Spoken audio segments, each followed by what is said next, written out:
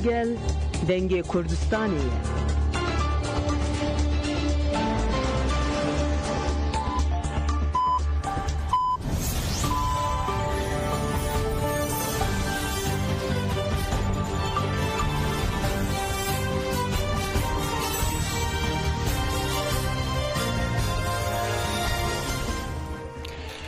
شنوندگان چیان رادیو دنگ گلدن باش گذارین هجا ایرو 29 مه 2025 چهارشنبه بروکسل ساعت 12 لامده 14 امنو چندنا و روزه پیشکش بیکن دسپک چند سرنو چینما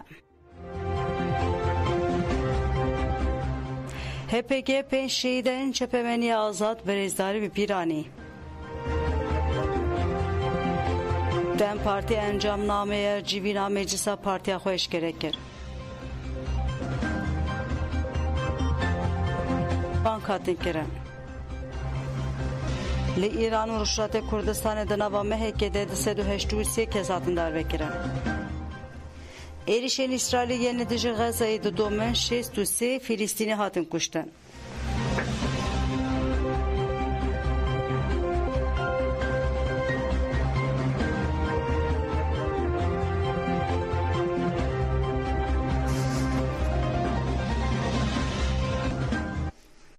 باره دماش کودرین هجام دست به برفریان و چین خودکن HPG شهیدین چپمنی آزاد بریزدار ببیر آنی و گود با وای که هر بباندور خطابی هش و دل مروان کرن و بون هل گرین حقیقت و دنگ گرلین آزادی کردستانه.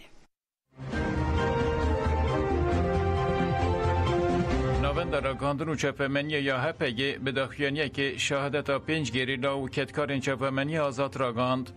ناوند اوها بسا شورشگری هر 5 شهیدان که میلیتانا پیشنگا گلمه و کتکارین هجاین چپمنی آزاد حوالمه آسو شیلان توفان آزاد و فراد ده دیروکو سالن جودا ده شهید بون وقت زانین تکوشین آزادی یا کردان هری زیده ده کادا راستی ده هاتیه داین امزارو کنگلکی نکو هبون آوان زمان دیروکو بگشتی همون در خینوان هاتن اینکار کرن جبروی یکی ریبرا پو تکوشن خویا یکمین و هری دجوار جبو راستیان درخه هوله دا.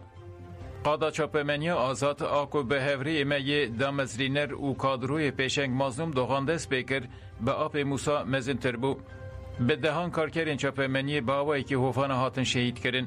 لی چاپمنیا آزاد قط بیدنگ نما نهات بیدنگ کرن و هر تم بو دنگ حقیقته.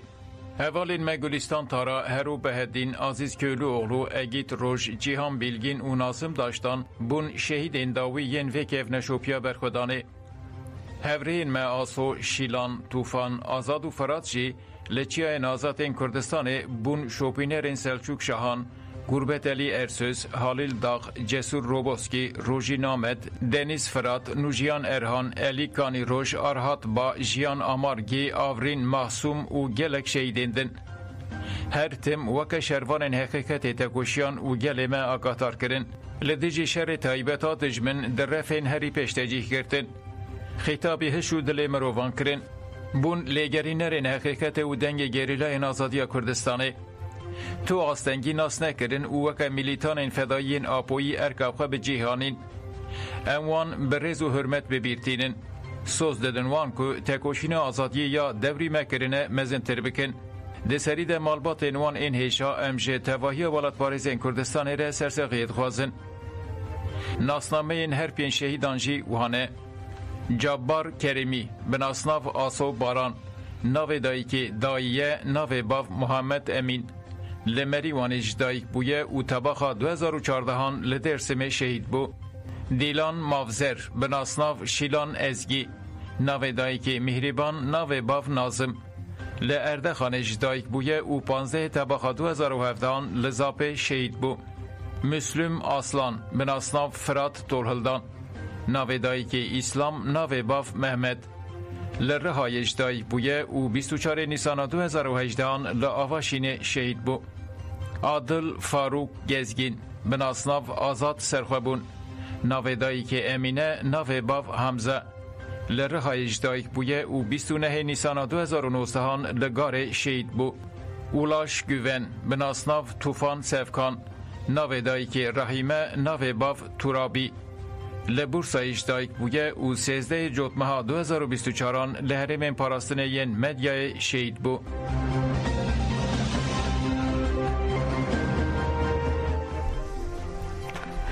Dem Parti encamnameya civîna meclîsa partiya xwe eşkere kir divê gavên hukukî siyasî demil dest bikevin meriyetê.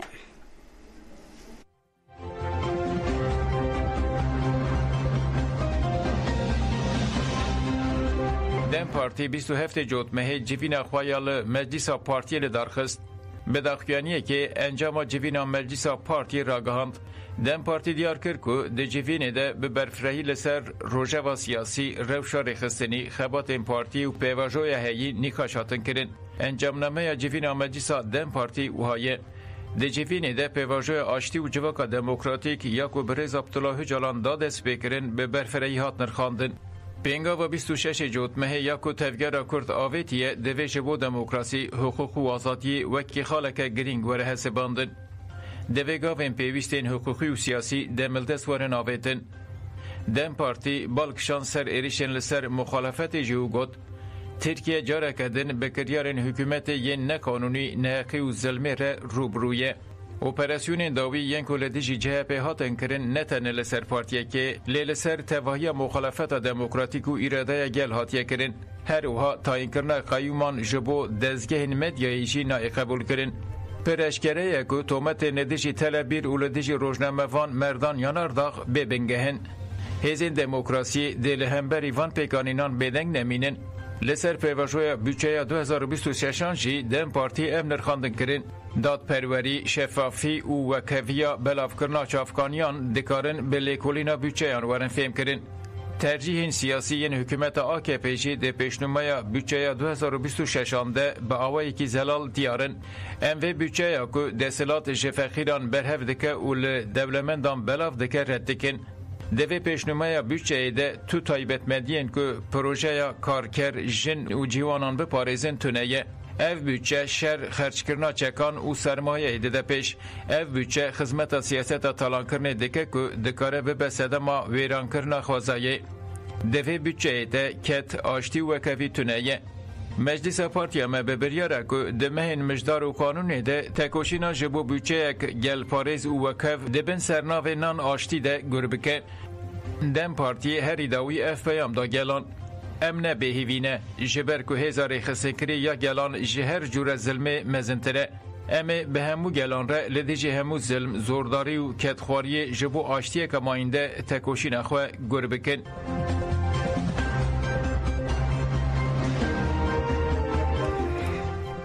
Gava dîrokî carekê din ısrara Daişçiyê de dubare kir. Partiya Herêmen Demokratîk DPP û AMD Rûçem Alyakût derbarê pêvajoyê daxivî. Rûçem Alyakût daxaftina xwe de balkişan servan xalan. Di bîst heftê Sibatî de bi banga hat kirin re kelecan û hêviyek mezin afirî.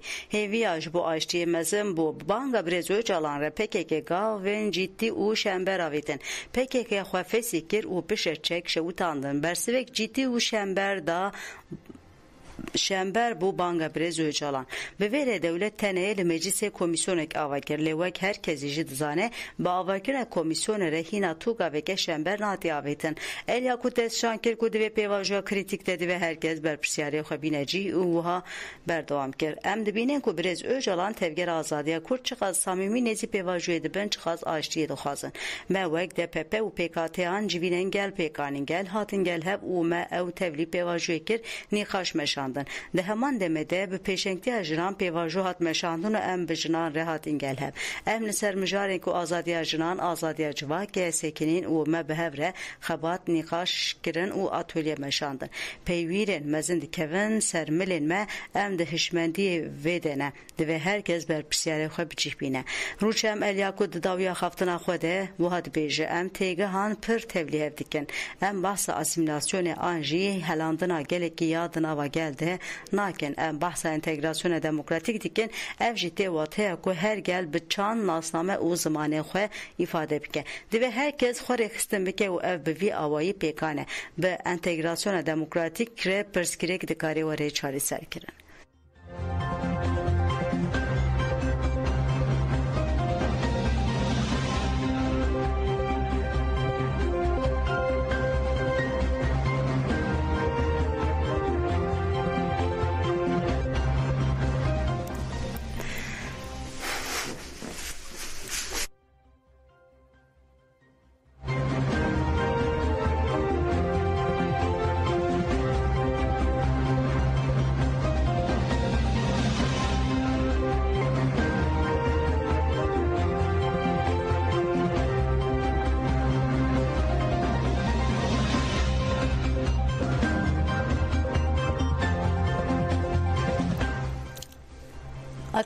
Akademisyen Yasim Özgün Gut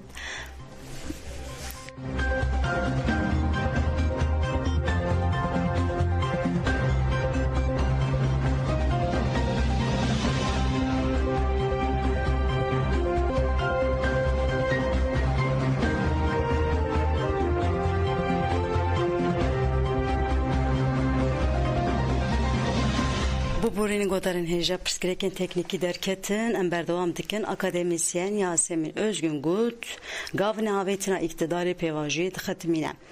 Akademisyen Yasemin Özgüven diyar kirko iktidar lehemberi gavên hatine avetin tiştên ji bo aştê pêwîst nekiriye û got heta niha gelek daxwaz ji komisyonê re hatiye ragihandin. Me daxwaz kiriye ku siyaset neyê kirimlizêkirin girtiyên nexweş tavilê werin berdan. Her çend rêxistinê ew xwezgav avêtinê jî divê desthilat gavên pêwîst bavêje. Sedema sekinandina pêvajoyê ev e ku desthilat gavên pêwîst navêjiye. Di heman demê de tezkereya şer di meclisê re derbas kiriye de bi vê yekê di hawîrdoreke ku tê de basa aştê tê kirin de bê hêvîbûn çêkiriye. Di bütçe 2026 de em dibînin ku bütçeya şer bi berdewamî di bin navê parastinê de zêde dibe. Divê daxwaz û şerdên pêwîst ji bo aştê werin bi cîhanîn. Divê şertên ku gelên Tirk û Kurd bi hev re bi azadî û wekev bijîn werin danî. Her çend dem ji bo rakirina siyaseta qayyûm tê dikoşin jî ev pratik ne gaveke rast an guncave ji bo aştî û demokrasiyê. Ev rêzîkname dê de hawîrdora heyî de şert û mercên pêwîst ji bo aştiyê neafirînere.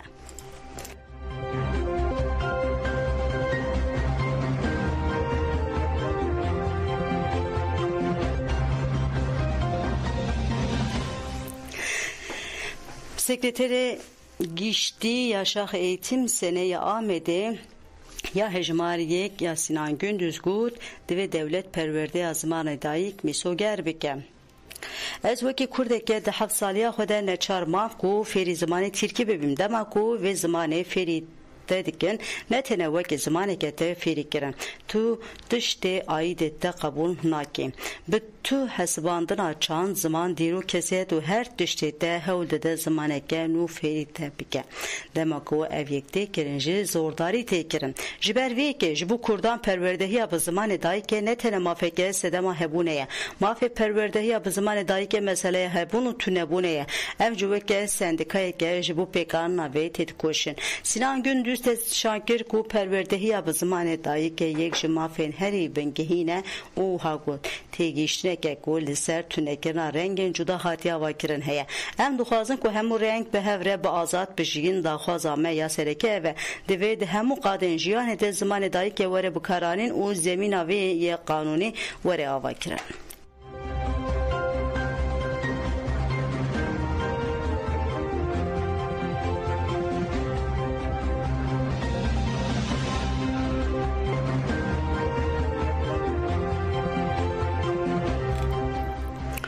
Hêjî êriş li şînên Kurdan tê kirin. Hevsêroka meya derê ya Elî Neza Toprak Hesane balkşan ser ku devlet divê pêvajoyê de ji avêtina gavan dûr ketiye û te vê pêvajoyê jî hin pêkanînên xwe didomîne û got di 20 heftê Sibatê de me banga sed salê li İstanbulê bihîst.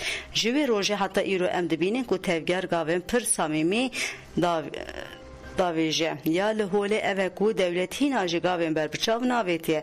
Kurd hin jî xwedî garantiyên destûrî nînin an jî li ser navê meya derê bibêjim hin jî êriş li ser taziyên me Kurdan tê kirin ku em hin jî nikarin cenazeyê xwe werbigirin. Em li welateke dijîn ku em nizanin cenazeyê kê ne an jî em li welateke dijîn ku şewitandina infazan hin jî berdewam dike. Neza Toprak Hesan'ın dawiya xaftina xwe de got ku divê şert û mercê rêber Abdullah Öcalan azad bibe devlet te dest gavên şember bavêje.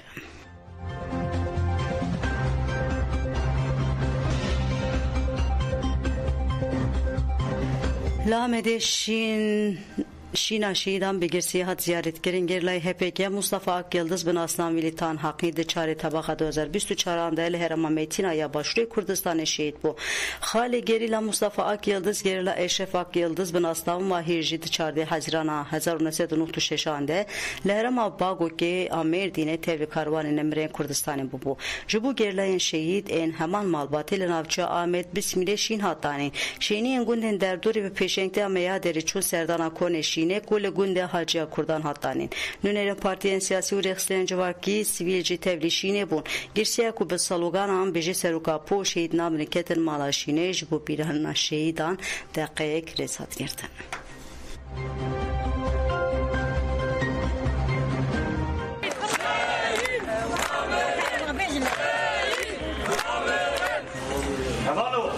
الشخص الشهيد ماهر وشهيد ميليتان هكذا وتمام الشهيد الشورى شهيد كامل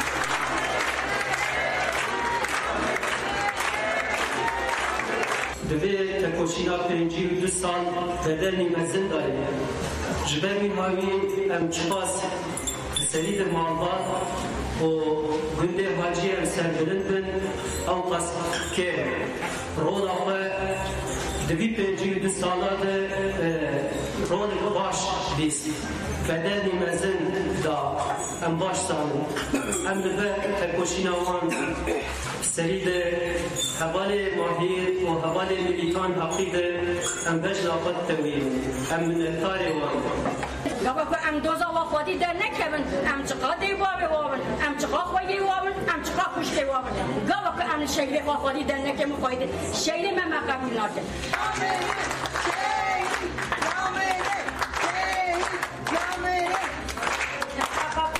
راجب تون شهید آزادی را ام حاضر جدی گاوی تمام را تایبتی من هر شهیدی میتم زوان را آمادن Liran Urşatı Kurdistan dınava mehekide disedu heştusiye kesatın darvekirin kampanya seşevanajı ceze darvekirine de haftaya nuhtu duyemin de daxuyaniyekta. Kampanya bakşanser rejima otoriter açılışa salan oğu devleta İran'e ceze darvekirine veke rebazar ve birine bikartine. Bivan ceze darvekirine re armanç diken ku bitirsandine kesen azadi khas bedenk biken. Bidomdari de daxuyani de vagahi tem parvekirin tene dınava mehekide jali devleta İran'e ve disedu heştusiye bu yerin darvekirine hatine kayıt giren. Likur salim buri her izide dve mehede kesen azadi khas hatine darvekirin.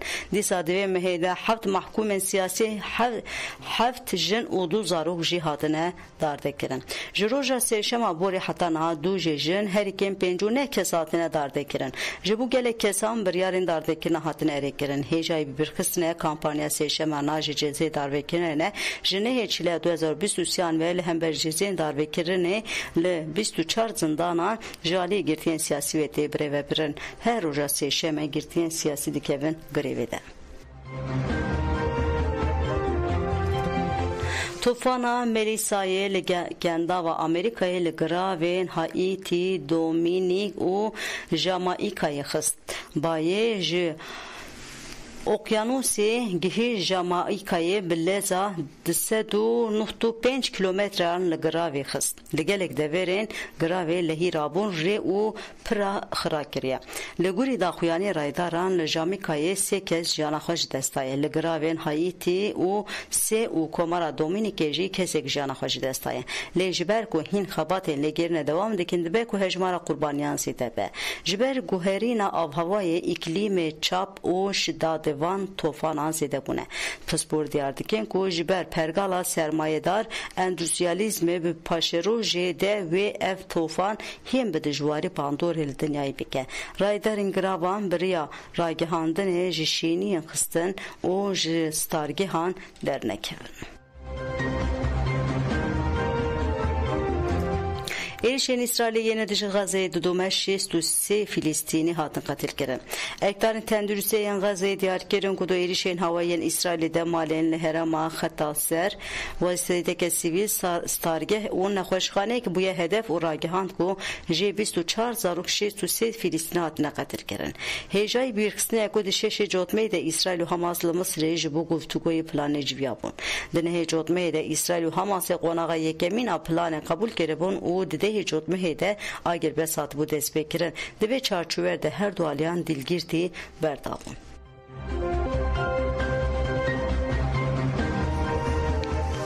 Belê godan jemên û çênî rû pêşkêşkirin ana xatirê we de baş.